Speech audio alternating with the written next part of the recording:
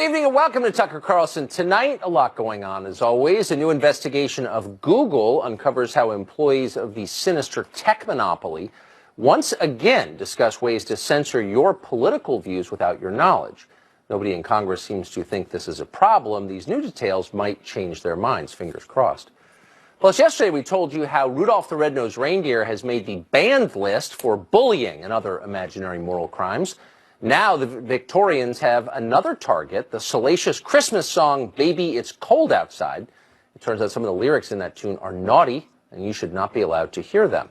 The liberal Sherpa joins us later to explain why.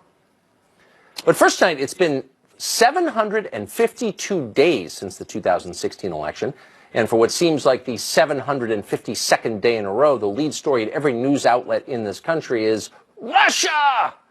Yes, Russia, a remote country in Central Asia with a median life expectancy lower than that of Honduras, a place with an economy about the size of that of the state of Texas, a vodka-soaked ice-scape whose shuffling workforce can't seem to build a reliable airplane. That's Russia. But nevertheless, it's a place that somehow, against all odds, manages to dictate election outcomes on the other side of the world, using a crack team of secret agents so stealthy we still don't know their names after more than 2 years of investigating it. Russia! According to cable news, Russia is the most important country in the world. Today's installment of the Russia saga has something to do with Michael Cohen and a potential real estate deal in Moscow. Now, the deal never actually happened, not that it would have made any difference had it happened. Foreign investment is still legal, even in Russia, but whatever. This is a huge, huge deal, the hugest deal. It changes everything forever. Watch. This president may not serve out his term, that Bob Mueller may have enough that there is both intense legal and intense political jeopardy for the president of the United States. You know, today's the first day I actually thought Donald Trump might not finish his term in office. Really? I mean, I think this thing is enormous. Today is a good day for Donald Trump to resign. I really believe that. This thing is enormous. He's resigning. So once again, the administration is doomed because of Russia. We'll see. What's remarkable, though, is that for the past couple of years, as the geniuses on cable television have been sounding the relentless alarm about our mortal foe, Vladimir Putin, an actual threat to America has been rising in the East. If you're looking for a country to fret about, forget about Russia. The Russians may pose a threat to Montenegro and Ukraine, but Phoenix and Buffalo remain safe. The real danger to this country is China, and everybody in power knows that. The FBI director, Christopher Wray, describes China as by far the biggest espionage threat we face. Federal officials estimate there are thousands of Chinese nationals in America right now acting as spies, working to steal sensitive U.S. technologies. Some of these work for the Chinese military, which, by the way, is growing at a much faster rate than our military, or for that matter, Russia's. Meanwhile, China is literally poisoning the American population. Synthetic opioids are the main driver of the drug epidemic that has killed more than 70,000 Americans in just the last year. China is the biggest source of these drugs. The Chinese government has done virtually nothing to stop the flow of them. Why would they? This is war, and they're winning. Now, you might think our media would have noticed all of this and maybe written a story or two about it, but no. Many of them, it turns out, are on the Chinese payroll, too. Fox.com recently published a nauseatingly sycophantic piece written by a reporter who had just traveled to China, it turns out, on the Chinese government's dime. Over at Jeff Bezos' Washington Post, you'll periodically see an entire insert called China Watch. It looks like a news section. It reads like the rest of the paper. In fact, it's literally a product of Chinese state media. They pay to place it, just as they pay to influence numerous think tanks around Washington, as well as many colleges and universities throughout the country. It's a huge propaganda push that is almost never noted by anybody. And it costs a lot. But over time, it's worth it. The Chinese get what they pay for. A compliant American establishment that uses fake threats, manufactured threats from Russia, to obscure real and imminent threats from China. Turns out there really are traitors in Washington, but they're not working for the Kremlin. Julian Epstein is a former chief counsel for Democrats on the House Judiciary Committee, and he joins us tonight. So, Julian, you and I both live in Washington, and we know personally a lot of people who are in effect on the Chinese payroll. Madeleine Albright has made a lot of money from China. John Boehner, the former Republican speaker, works for a firm that lobbies for China. Jim Wolfensohn ran the World Bank, advises the Chinese sovereign wealth fund, et cetera, et cetera, et cetera. How many people do you know who are openly working for Russia in Washington? I think your basic point that the Chinese are a greater long-term threat to us than Russia is, I think that's true. I think in the 1970s, China had about 1% of the flows of world trade. They now have about 25%. Right, exactly. They're about 2% of the global economy. Within the decade, they will be equal to the size of the U.S. economy. By 2050, they will be twice the size of the U.S. economy. I think we thought when we brought them into the World Trade Organization in 2001 that it would help them play fair, and I think what we've seen since then is that they've cheated. They've stolen intellectual property. Up until 2014, they were certainly manipulating the currency. I don't think they play by the rules, and I think one of the things I agree with the president on is to get tough with China. I would approach it differently than he does, but I think he's right to get tough on China. I think the media ought to focus more on it. It's not as sensational, so it's not going to get good ratings on cable television, but it's a real problem. The disappearing middle class and working class is a real problem. It's not sensational. It's not going to be a sugar high for cable television, so I don't think you're going to have any of the networks, not this network, not CNN, not MSNBC, any of them focusing on those issues because you just don't get the sugar high from that. That's not to say Russia isn't a threat. I mean, Russia has done lots of things. All of our intelligence agencies and Republican and Democratic administrations have agreed that even though they're 1% of the world economy, they still do lots of things that are directly oppositional to us and that are trying to destabilize our interests, whether it's in the Middle East, whether it's in Syria, whether it's in the Balkans, whether it's in the UK. It doesn't mean that they're not a real threat and there's not something to take seriously, but I think your basic point is correct, which is that we are sleeping while Rome burns with respect to China, and we have not taken seriously the fact that they don't play by the rules. We have... Wait, so I'm waiting to jump in with a hostile question, but you're making my case for me. You've taken all of my questions and reformatted them into statements because I think you're absolutely right. So I agree with the meta-thesis. Okay, because I think meta-thesis. It's hard to... And thank you for being honest about that. And by the way, it's not a partisan thing. There are a ton of Republicans working on behalf of China, I'm embarrassed to say. And Democrats are finally waking up. I think that there is a real threat that China does not play by the rules and that it's something to take very seriously. Again, I would approach it differently than the president, but I think he's right to say this is a real problem. But there's all this moral outrage about Russia and Saudi Arabia, neither of which I've ever been in favor of, by the way. I'm not carrying water for either one. But the idea that a country we're allied with assassinates one of its political opponents, yeah, it's bad. But, I mean, that is a practically daily occurrence in China, and no one says anything about it. And I just wonder, should we treat the people in Washington who have a lot of power, who are getting rich from China, should we treat them as traitors in the same way that we treat anyone who deals with Russia as a traitor? Look, I think your point about even-handedness is well taken. I think the Chinese do horrible things to journalists and to dissidents, and they get a pass on it. I think in a lot of cases, the social media giants, Facebook and Google, enable a lot of the bad behavior that's going on in a lot of autocratic regimes. We don't hear that much about it, although that's starting to get covered. I think if your point is proportionality, does the news, and particularly cable news, does it cover these things in the proper proportionality? I agree with that meta point that you're making.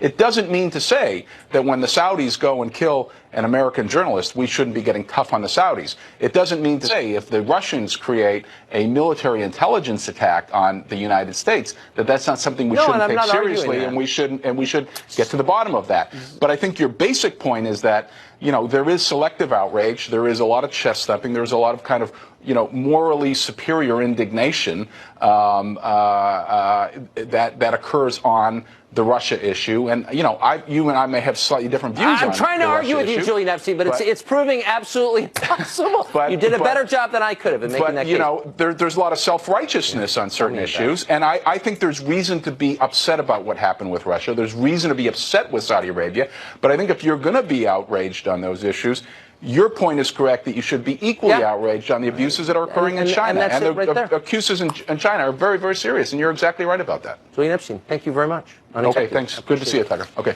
Gordon Chang has been thinking about these questions for a very long time. He's the author of The Coming Collapse of China, and he joins us.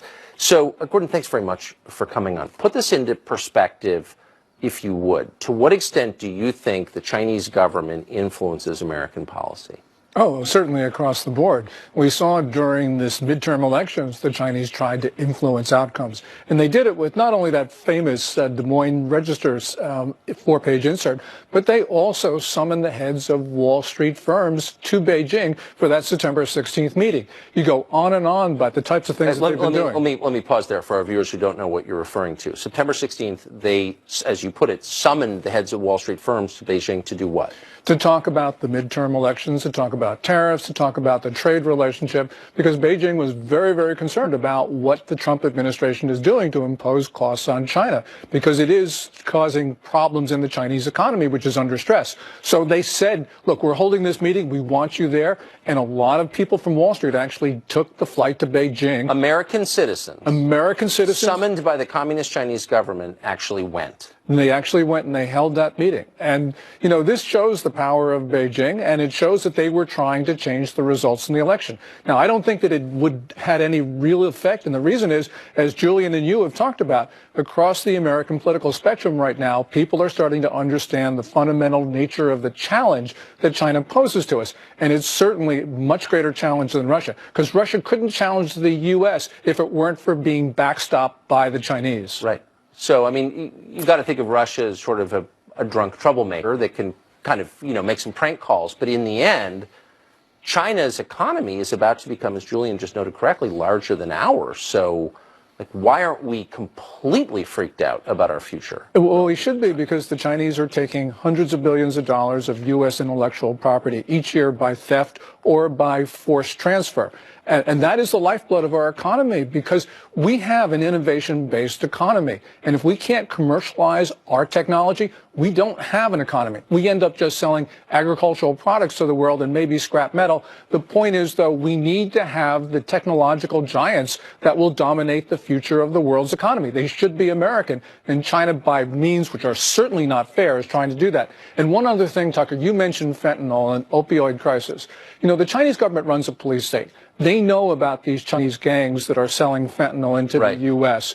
And so those gangs couldn't operate unless they had Beijing's approval. Now, officials in China are making money from it, and in other cases, the Chinese officials are just standing back. But they purposely want to see Americans die, and we can't forget that.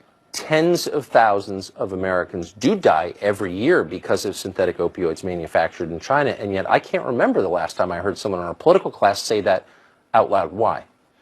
Oh, I think that it's because there's a lot of reasons. Part of it is because a lot of people are actually getting money from China. A number of reasons for other people is that they sort of believe that we should be engaging the Chinese. You know, this is the Nixon policy of trying to work with Beijing so that it's not on the outside of the international system.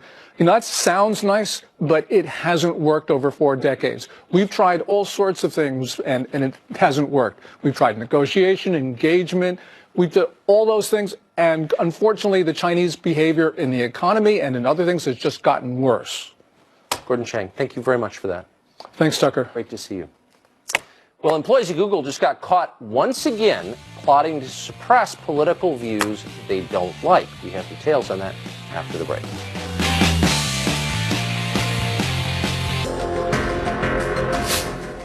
More evidence that the sinister tech monopoly Google is not on the level, not at all what it claims to be. New leaked communications from inside that company show that Google employees discussed suppressing conservative news websites in their search engine right after the 2016 election. In one post from November 9th, 2016, a Google engineer called Scott Beyer called the Daily Caller and Breitbart opinion blogs, quote, and said that Google employees should reduce the visibility of both sites in search results compared to, quote, legitimate news organizations. Other employees said it was the company's job to provide more, quote, context to rebut news outlets they dislike. Robert Epstein is a senior research psychologist at the American Institute for Behavioral Research and Technology and one of the people who's paid closest attention to the power that Google has. Mr. Epstein, thanks very much for coming on tonight. So Google has said repeatedly that it does not manipulate search results, and yet this is not the first, not even close to the first, piece of evidence we have from within the company showing Google employees discussing ways to manipulate search results. Can we be confident they're not doing it? Not at all. You know, Google was extremely good at keeping its secrets for almost 20 years, but in the last few months that has changed, and there have been quite a number of leaks. And we have seen a number of internal discussions there, like the one that you just described. And there's simply no question that they have very strong political leanings. 95% of donations there go to Democrats. I myself am not a conservative. I actually, I kind of lean toward Google's political views. But it's frightening to me because of what I study day by day. It's frightening to me that this company, with very strong political leanings, has the power to shift millions of votes, to shift opinions on a massive scale without people knowing that they're doing it and without being accountable to the public. How can you have a democracy under those circumstances where one privately held company has the power to manipulate people's behavior without people knowing it? Well, that's what I'm saying, and that's exactly what's happening here. And the situation gets even worse when these huge tech companies, the two largest being Google and Facebook, when they both have the same political leanings. So, you know, in that kind of scenario, we're talking about the ability to shift in the midterm elections. I calculated upwards of 12 million votes with no one having any idea that they're doing this. This is not like fake ads, which you can see. Right. This is invisible manipulation. I mean, I literally have to invent new names for the techniques they're using because they've never existed before. So Google assures us that they're not doing this because they're good people, much better people than we are, for example. How can we know if they're telling the truth, and should we believe them? Oh, well, they're sure they're good people. That's part of the problem. They have a kind of utopian thinking within the company, not just among the employees, but, you know, their top executives think like utopians. So believe me, they believe that they are doing good for humanity, good for the United States, by imposing their values, their thinking on the rest of us. The problem is, as I say, that they can do it in ways that have never existed before in human history. So I know that, as you already said, you and I have different political views, probably don't vote for the same people. So you're maybe the person to ask. How can the United States Congress sit back with evidence that democracy, the core idea of democracy, is being challenged by this company and not do anything about it?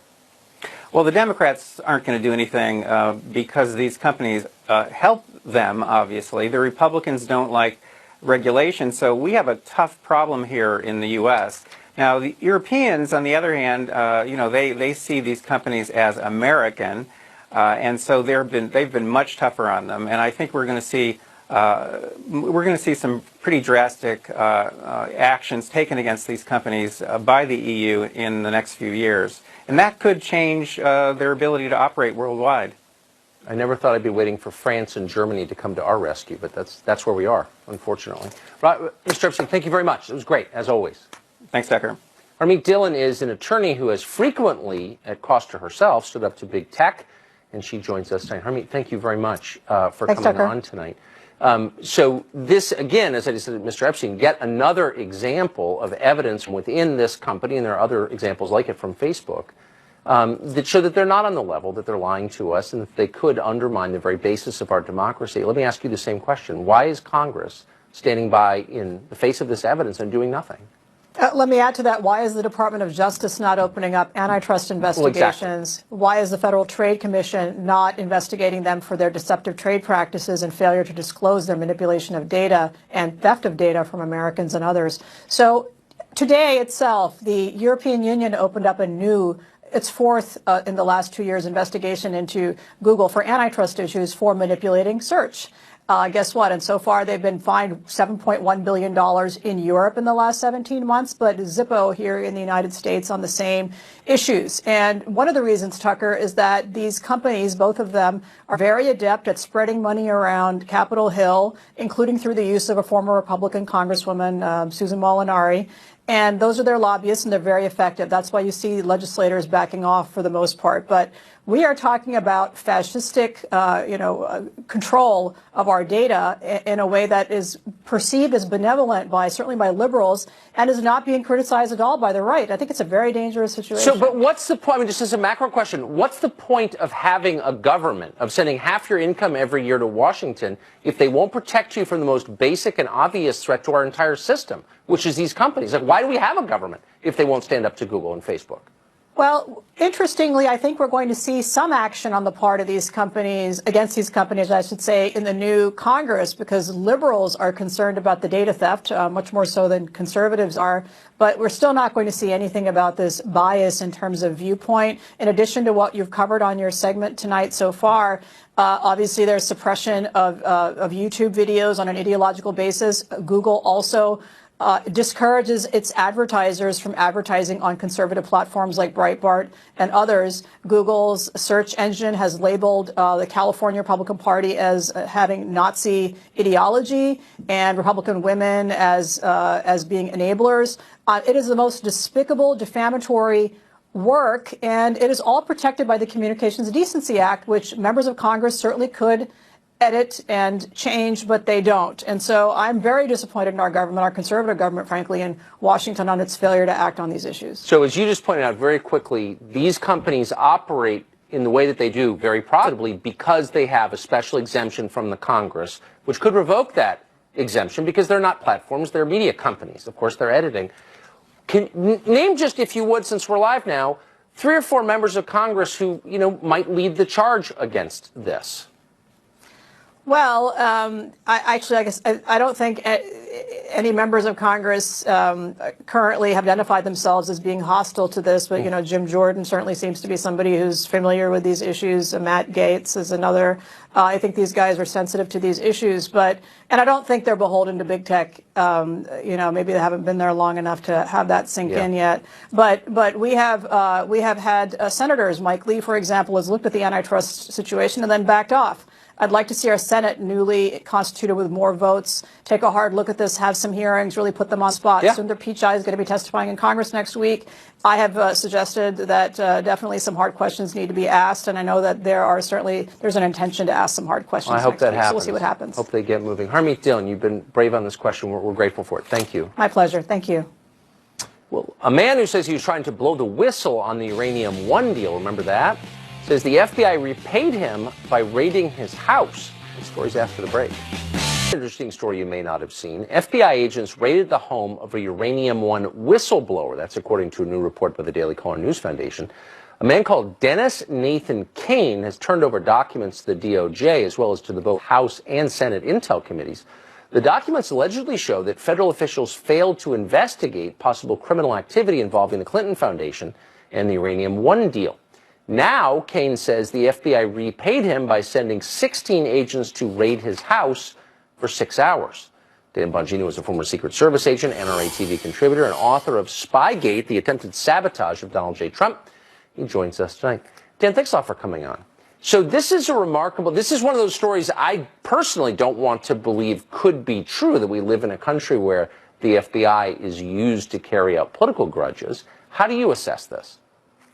Well, Tucker, I don't want to believe that either. Having been a former federal agent myself, this is deeply disturbing. But there's a bifurcated way to look at this right now, and I'll just sum it up like this: this is either really bad for the Clintons or really bad for the FBI. Meaning this. You don't typically raid a whistleblower's house. The whole idea of being a whistleblower is you're providing information voluntarily to assist law enforcement or the government. Why you would raid the house is puzzling to a lot of people. Some people believe that this could be really bad for the Clintons and be kind of a tying up of the Clinton Foundation case that appears to be being investigated by John Huber right now, the United States Attorney. Yes. On the other hand, Tucker, listen, the people involved in this Uranium One case, the Rosatom and the 10X case, are all people who are knee-deep in the Spygate saga. That's just a fact. That's not a conspiracy theory. It's just true. Rod Rosenstein, the Deputy Attorney General, was the prosecuting United States Attorney on the precursor case to Uranium One. That disaster. Bob Mueller was the FBI Director. So forgive me for not being willing to give everybody a pass on a suspicious raid on a whistleblower's pass as just a matter of fact. I guess I should say it this way. I'm not taking anybody at their word anymore, and neither should you either. We should ask questions on this. What's so surprising is who's not asking questions about this. So for generations, the left elevated the idea of whistleblowing to a sanctified place. Whistleblowers were protected. They are protected in law, and they're protected because liberals wanted them protected. And yet I haven't heard anybody on the left complain about the FBI raid on this guy's house. Why is that? Tucker, listen, the rage at Donald Trump has destroyed. You have brought this up on your show so many times, it can't be highlighted enough. The left, which previously aligned with groups like the American Civil Liberties Union, that was actually interested at one point, no more apparently, in defending civil liberties, has completely abandoned that now. They have now flipped the script entirely to actually defending weaponized government.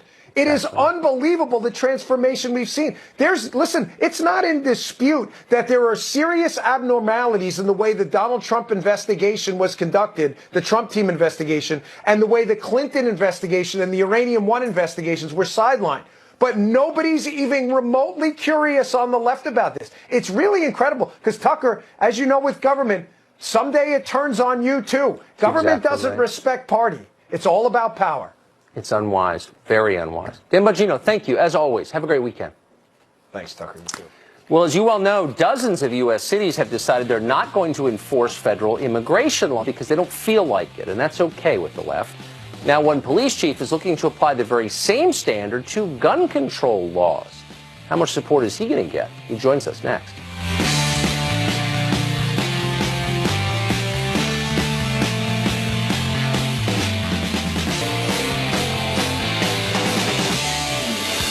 Oh, Merry Christmas from General Motors. The car company just announced plans to lay off 15,000 workers and shut down major factories in the states of Michigan, Maryland, and Ohio. Now, the cuts are coming despite the fact that General Motors has posted nearly $3 billion in profit just last quarter. Workers at one soon-to-be-closed plant told the Wall Street Journal that they were, quote, blindsided by the decision. They didn't know it was coming. One person who will not be struggling to pay for Christmas presents this year is General Motors CEO Mary Barra. She made nearly $22 million in the last year. That makes her the industry's highest-paid CEO. Toyota's CEO, by stark comparison, makes less than $4 million a year, even though he runs a far more successful company. Now, what has Mary Barra done to earn all that money? Well, as CEO, she's laid off thousands of workers. She shut down plants and overseen the recall of tens of millions of defective vehicles. A few years ago, she was forced to testify to Congress about faulty ignition switches that killed more than 100 drivers. In modern corporate America, that is considered a deeply successful record. Give that woman a raise.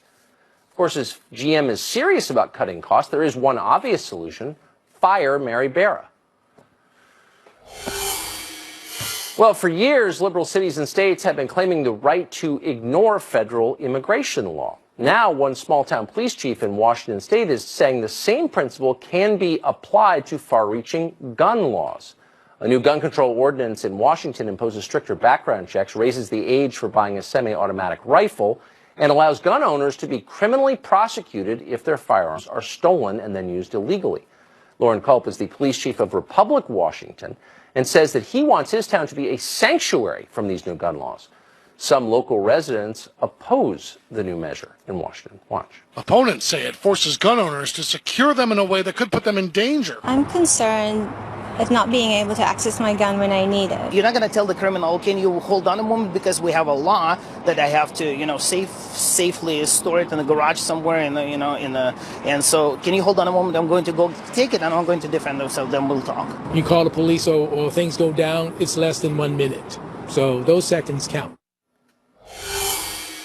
Police Chief Lauren Culp joins us tonight by Skype. Chief, thanks very much for coming on. It's good to see you. Good evening, Tucker. Thanks for having me. So is this, in effect, a sanctuary, your town, Republic Washington, from the gun laws of your state? I have suggested an ordinance and recommended it to the city council, and they are in the process of reviewing that and doing their due diligence to see if they want to pass that. But as far as the police department goes, we will not be enforcing that. So cities that have decided to ignore federal immigration law have received the applause and support of almost everyone on the American left. What do you think the response will be if your town passes this ordinance? I don't think the same people would be very happy. But the thing about it is illegal immigrants aren't covered by the Bill of Rights in the Constitution, and gun owners are. A very good point. So what will happen next, do you think? Will the governor of the state try and force you to enforce the law that you think is unconstitutional? Well, I don't know how he could, Tucker, because we live in a constitutional republic, contrary to what a lot of people tell us that we live in a democracy. But we have the rule of law in this state and across the United States. And the Constitution is the law of the land. And everybody knows what the Second Amendment says. A lot of your viewers might not know what the Washington State Constitution says about firearms. But really quickly, it says the right of the individual citizen to bear arms in defense of himself or the state shall not be impaired. So that's even more explicit than the Second Amendment. So I don't know how they can get around that and try to force me to go against my oath of office to uphold that. Interesting. I had no idea your state's constitution said that. It sounds like it's being already ignored throughout the state of Washington. So very quickly, this state law would require gun owners to keep their guns locked up at all times? It requires you to keep it locked up because if someone gains access to your gun, say you're away from home and someone breaks into your home and steals your gun, goes out and commits a crime with it, you can be charged up to a felony for that person getting your gun and committing a crime with it. It's absolutely ridiculous. If someone steals like your car, charging someone who has their car stolen and the person drives off and goes through a crowd of people. It's ridiculous. Well, that is ridiculous, and good for you for fighting back against it. Chief Culp, thank you very much for coming on and explaining that. Tucker, I have a real quick message for you, though. Yes. Ted and Shemaine Nugent told me to tell you hi. Always a welcome message, especially on a Friday. Thank you. Thank you, Chief. Good to see you. Good night. Thank you. Well, there's no war on Christmas. That's like some right-wing trope that only dumb people believe. Meanwhile, the war on Christmas continues apace. Yesterday it was Rudolph. Today it's something else, and we'll tell you what it is. Stay tuned. Well, the forces of darkness rung in the holiday season with an attack on Rudolph the Red-Nosed Reindeer. That was at HuffPo. But those attacks have expanded to a more familiar line of attack, the classic holiday song, Baby It's Cold Outside. Cleveland radio station WDOK has dropped that song from its Christmas lineup after a listener called in to complain that it was inappropriate somehow in the wake of the Me Too movement. How about fat-shaming songs about Santa Claus? Will they be the next to go? Here to explain it, the Liberal Sherpa, Catalina Magazine founder, Kathy Rue. Kathy Rue, great to see you tonight. Good to see you. It does seem like a lot of the songs about Santa make reference to his weight in a way that is not very sensitive. I don't think he minds. I mean, he's jolly, right? He's a jolly guy. Baby, it's cold outside. Is that something we need to give up because of Me Too? Not because of Me Too. I looked at it, and it seems like a few years back, people were commenting that the lyrics, if you read those lyrics, it's not a holiday song. Right. It doesn't say holidays, happy holidays, Christmas, anything. It's just cold outside, and an older man is telling a younger woman not to go home to her parents, to stay around, have another drink, and she says, "What's in this drink?" He said, "Don't worry about it." She said, "I feel kind of funny." Yes. Stick around. So if you read it... She's getting roofied. Yeah. Apparently he slipped something in the drink, and she stays the night. Do we get to a point where human warmth and romance are illegal? That's not romance. This is a guy slipping or something, and she's spending the night, and she doesn't know what happened. And yet for 50 years, she never complained about it. I guess she never knew how oppressive it was. She did. She said, "I'm trying to say no, no, no." The song explains it. She's saying no in the song. No means no, Tucker. When Mommy kisses Santa Claus, has consent been given? When Mommy kisses Santa, it sounds like Mommy was okay with that. She didn't really? say no, This fat guy comes down your chimney, shows up in your living room, and kisses Mommy, and that's voluntary? You're saying? I mean, yeah, no, I don't think so. Oh, okay, because it's not. Would specific. Frosty the Snow Person be a more inclusive title? Do you think? I think so. Yeah, man, no. Does the phrase "White Christmas" strike you as racist? Snow is white, so it's appropriate. Yellow snow. It doesn't seem problematic in the slightest. I don't think so. When white people sing Feliz Navidad, is that cultural appropriation? It depends, right? If they sing it with a sombrero and they're mocking the culture, then perhaps, yeah, they've crossed the line. But if they sing it just humming along to the soundtrack at Walmart, that's okay. In what sense would they appreciate it? Well, if they truly appreciate the language and the culture and understand Feliz Navidad is Merry Christmas, yeah, that's So fine. if they only know 2 words of Spanish, Feliz and Navidad, that's enough not to be a cultural appropriator. Right, right. Yeah, appropriation, it's a fine line. Rudolph, I got to ask you the last question, and this is dead serious. Okay. Do you think that Rudolph the Red-Nosed Reindeer is a victim of bullying? Well, yeah, that's the whole tale. He is a victim of bullying. Okay. Right. So is it, would you say, so corrosive, because Rudolph accepts his bullying, he doesn't fight back, Right. that you would keep it from your kids?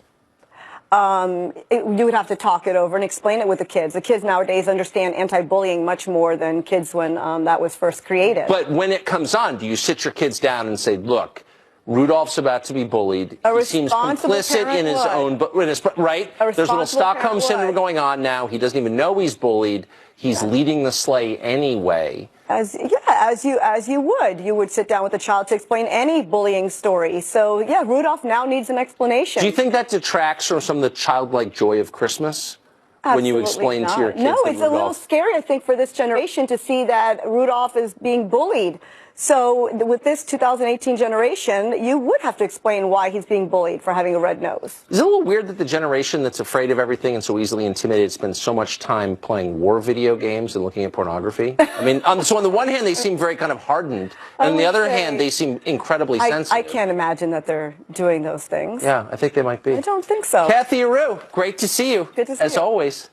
Allie Beth Stuckey is the host of a very popular podcast. She joins us tonight to respond to all this. Does Christmas seem as fun as it used to? No, it doesn't. And I was just thinking as you guys were talking, how in the world did I survive my childhood years without my parents sitting me down and talking to me about Rudolph the Red-Nosed Reindeer? I don't know how any of us survived without all of these liberal Sherpas and these woke warriors telling us how we should be offended and how we're actually oppressed by Christmas movies. I just had no idea. I wonder why the rest of us play along with this. We're kind of complicit in the destruction of the culture that we grew up in when we take it seriously. So in HuffPo, which is obviously a ludicrous website, but I wonder when they run a piece like this, if the rest of us pay any attention at all, and I'm guilty of this as well, if we're not sort of giving it weight and legitimacy, and maybe the best is just to totally ignore it and celebrate Christmas as we always have and pretend that these people, these deeply unhappy people mad at their parents, don't exist.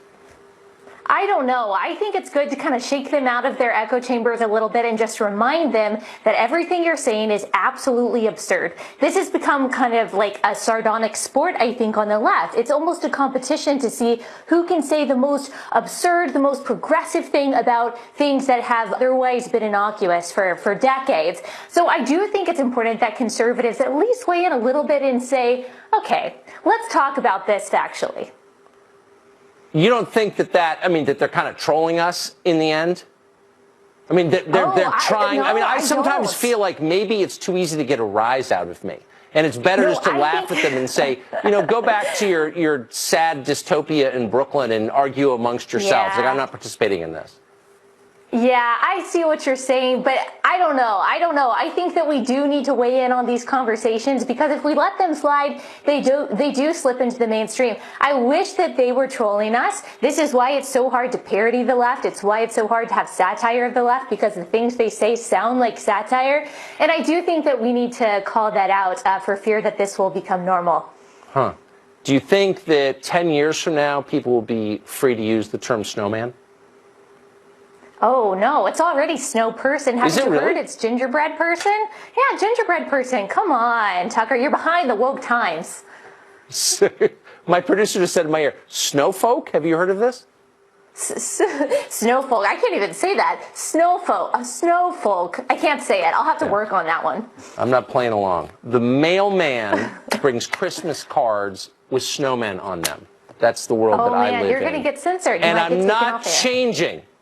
Allie Beth Stuckey, great to see you tonight. Thank you very much. Thanks, Tucker. All right. We've always had a place in our heart and in the lineup of this show for the weird and unexplained, and nothing is changing tonight. We bring you news of a newly found skeleton that washed up from the sea that raises the question, what is under the water? What is this thing? It is science, and we're bringing you the cutting edge after the break.